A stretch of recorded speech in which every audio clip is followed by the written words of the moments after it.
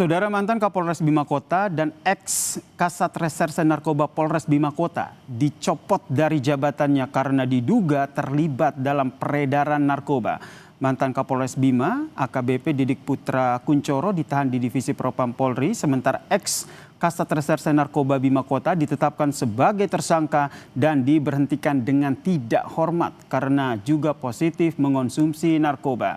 Selengkapnya terkait dengan kasus ini kita perbincangkan dengan Komisioner Kompolnas Khairul Anam yang telah bergabung bersama kami di Kompas Petang. Selamat petang, Mas Khairul.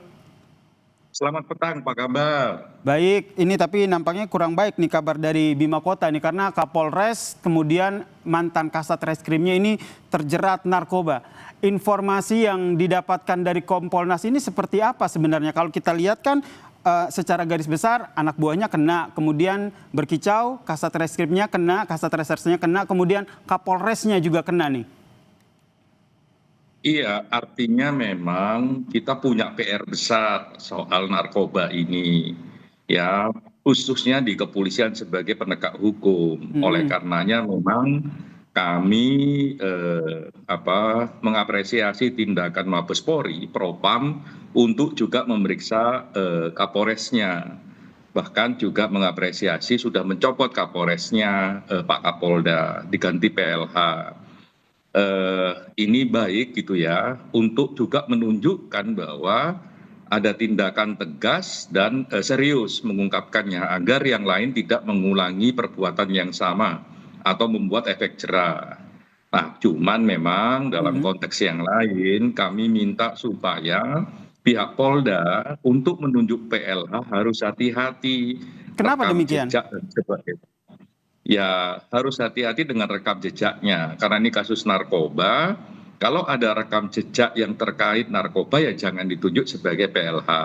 Kalau sudah menunjuk sebagai PLH, karena ini masih PLH ya, otoritasnya ada di Polda, segera dievaluasi dan segera diganti kalau memang ada rekam jejak narkoba tersebut. Sebentar, saya ingin konfirmasi dulu, mohon maaf Mas Khairul, saya tahan. Itu berarti dari Kompolnas sendiri ada dugaan ataupun punya track record begitu PLH yang menggantikan Kapolres Bima Kota saat ini juga harus di cross check begitu, apakah pernah menggunakan narkoba atau tidak?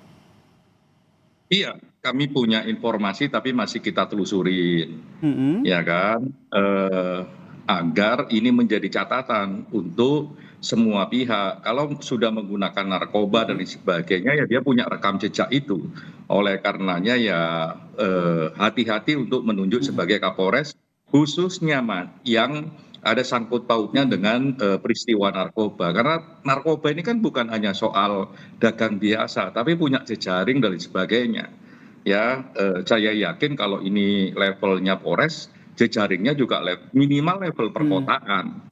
Lah kalau PLH-nya juga punya rekam jejak narkoba, ya jejaringnya nggak bisa dibongkar kejahatannya. Karena yang paling penting narkoba itu tidak hanya soal penindakan, tapi juga jejaringnya soal ini ya, menarik yang disampaikan oleh Mas Khairul. Ini kan kalau kita lihat Kapolresnya ini kan diduga terlibat narkoba. Nah, ini benar menerima uang karena ini proses pengedaran narkobanya atau memang juga ada positif mengonsumsi narkoba? Informasi dari Kompolnas seperti apa?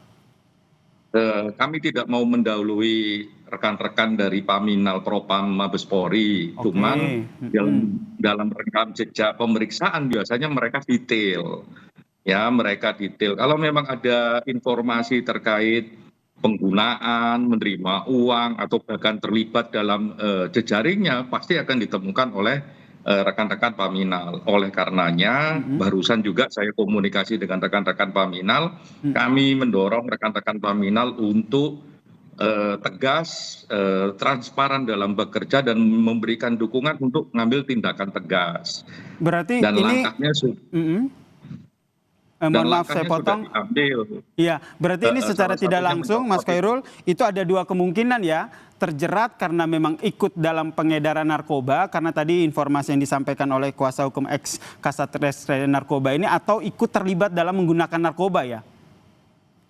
Yang paling detailnya saya harus menunggu Propam ya, biar teman-teman Propam khususnya Paminal bisa mengumumkan. Tapi yang pasti narkoba ini kan kerjanya berjejaring.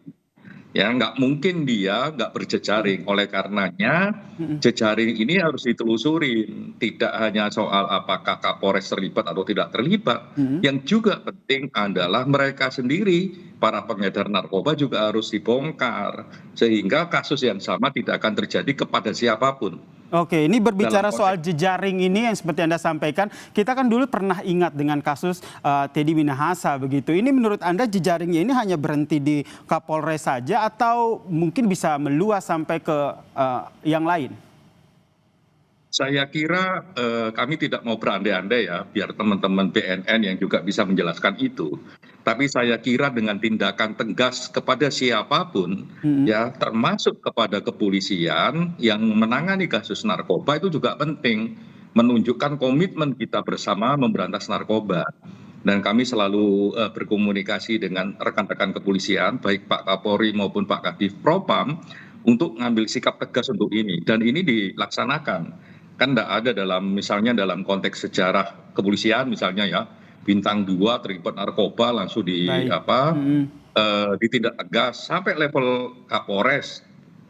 Bahkan ada yang dituntut hukuman mati ya kan, karena memang dibongkar perilakunya dan sebagainya, sampai ditemukan berbagai kejahatannya, dituntut pidana sampai tuntutan hukuman mati loh. Dan itu komitmen yang bagus dan komitmen yang tegas dari rekan-rekan kepolisian. Baik, kita nantikan ya langkah apa yang akan diambil Polri terkait dengan kasus ini. Terima kasih Komisioner Kompolnas Khairul Anam telah berbagi informasinya di Kompas Petang. Salam sehat. Salam sehat, terima kasih. Usai jeda saudara, Kompas Petang masih akan hadir dengan informasi relawan Jokowi Barat JP Jumat siang menemui Joko Widodo di Solo.